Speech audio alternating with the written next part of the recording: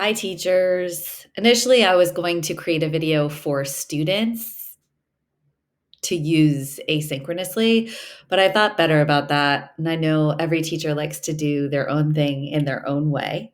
So instead, I decided to make this teacher support video, and you can use the Science Jeopardy game that I created in any way, in any form you'd like.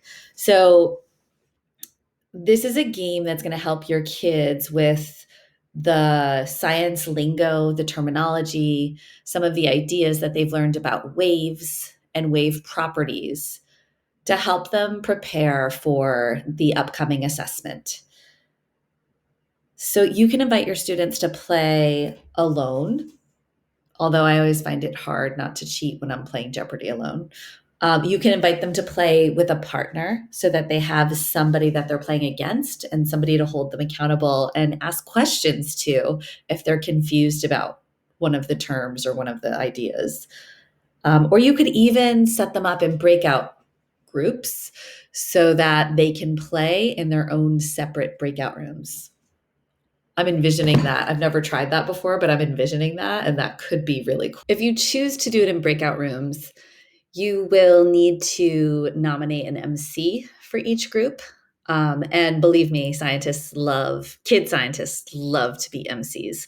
So just make sure that you're strategically choosing someone who can be a leader if there's conflict, who can read fluently, and someone who's willing to make decisions or help their group make decisions in an equitable way.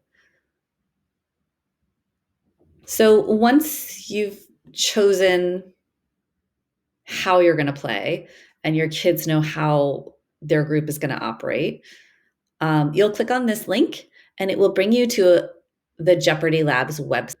Once you're at the Jeopardy Labs website, you are going to choose the number of teams that you'll need. Then you'll just press start. And you'll have to walk your kids through, in case they've never seen Jeopardy, you're going to have to walk them through how to choose a category and a value. And behind each value is a different question.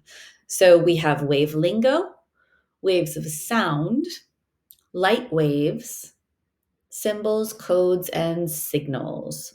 Those are our categories, and the questions are meant to get harder as the value increases. So a 500-point question is going to be more difficult than a 100-point question.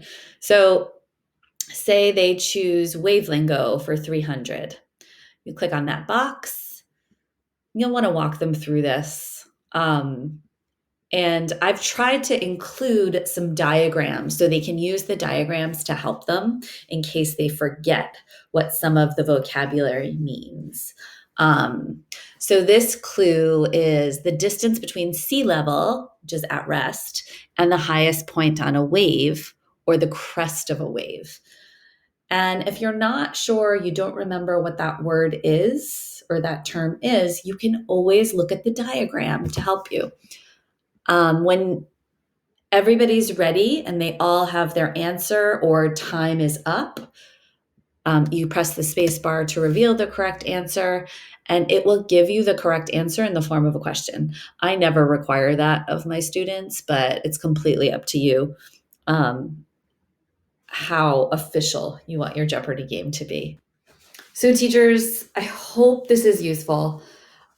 Just remind your kids to have fun and stay focused on the words and ideas. Some of us, i.e., me, can get very competitive. And we just don't want to lose sight of the purpose of this activity. It's not about knowing the vocabulary. It is about knowing the vocabulary, not about the points.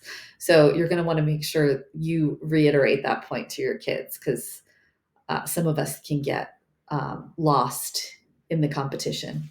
I will attach this document to the video submission. So when you go to use the Jeopardy board, if you're using it asynchronously, you can always attach this document, adapt it however you see fit for your kids.